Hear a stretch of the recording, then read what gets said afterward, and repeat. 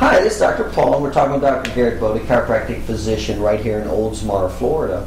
And the topic we're talking about today is how Dr. Bode helps spinal disc herniations. And Dr. Bode, you see quite a few spinal disc injuries, don't you? Absolutely. It's one of the most common things we see here in the office. Now, let me ask you, first of all, when somebody injures their disc, what exactly happens?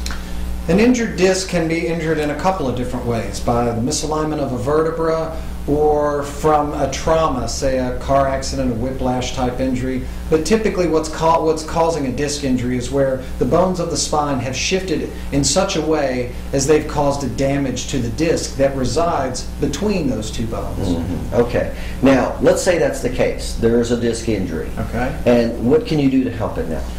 The best therapy that we have found is a type of therapy called spinal decompression.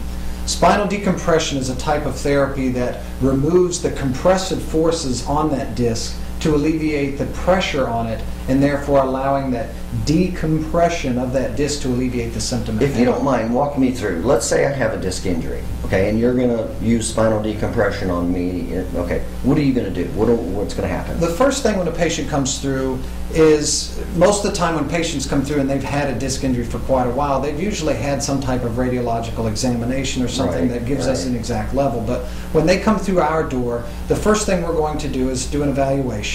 Once we determine that they are in fact a candidate for decompression, we'll take them back into the decompression room. Mm-hmm. From there, we put them onto a specific table that does a specific action to alleviate that disc. With decompression, what you're actually doing is pulling the spine apart in an axial position, meaning if you were using me as an example, it would be like pulling my head upward and pulling my waist downward. Okay, let's say I have the disc injury. How are you going to do that? By the table that we have. Okay. The table specifically, it's a very specific table called a spine med table. Mm-hmm. By laying on this table, you can hook the hips of the patient onto this table with two padded pieces of therapy or parts of the table. Okay. And by hooking this onto the hips of the patient, this is a specially designed table. Absolutely. This is not just a flatbed therapy table. No. This is a specific table made specifically for disc injuries. And it's a very highly technical piece of equipment.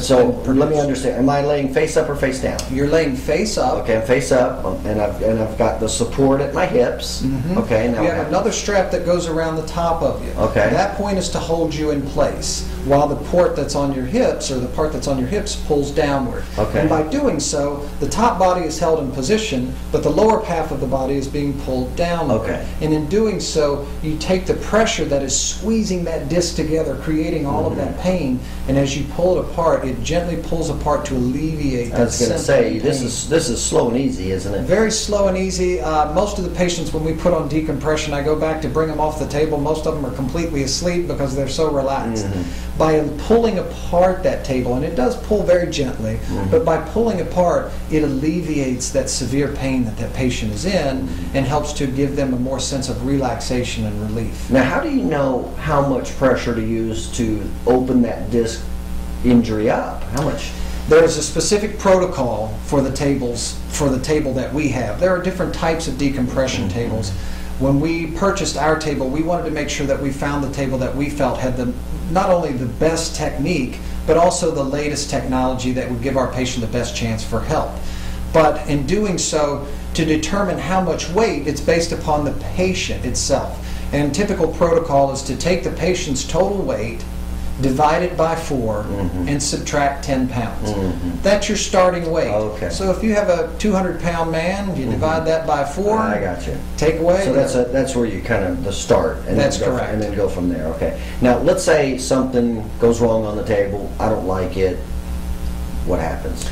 Every patient, when we put them on the table, they are left in the room by themselves on the table, but they are left with one very specific thing, and that is a kill switch.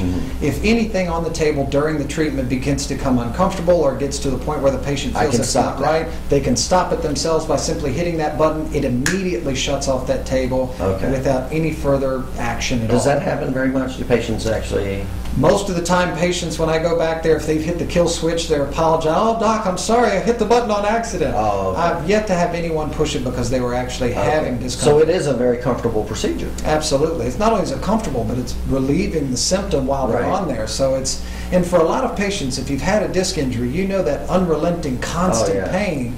When you get any relief, most of the patients I'm fighting to pull off of the table. No, leave me here. I feel, So, well, that brings the next obvious question. When they come off to the table, wouldn't it just go back to where it was?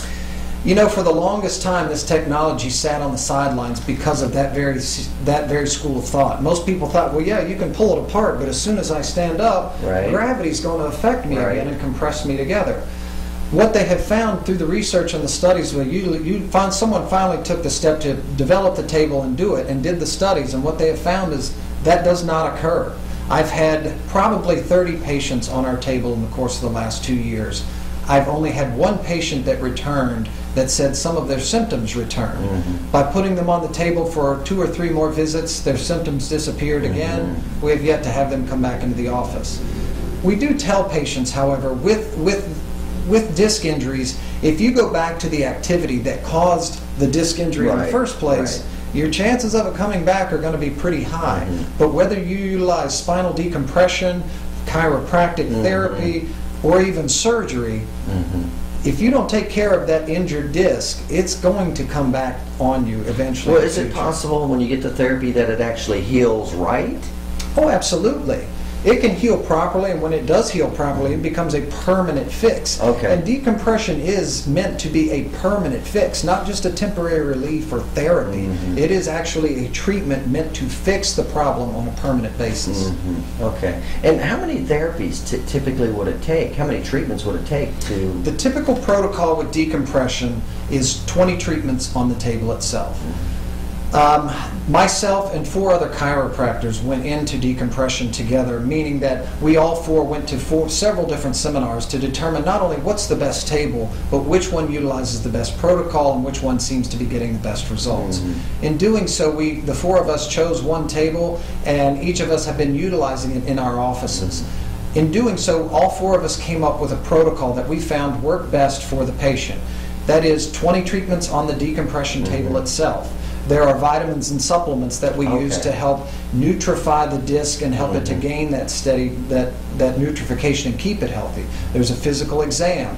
After the 20 treatments, we will do 3 weeks of chiropractic care. Once you have that disc decompressed, you want to make sure that the bones surrounding that disc are in their proper position so they don't continue to irritate the disc and compress it right back.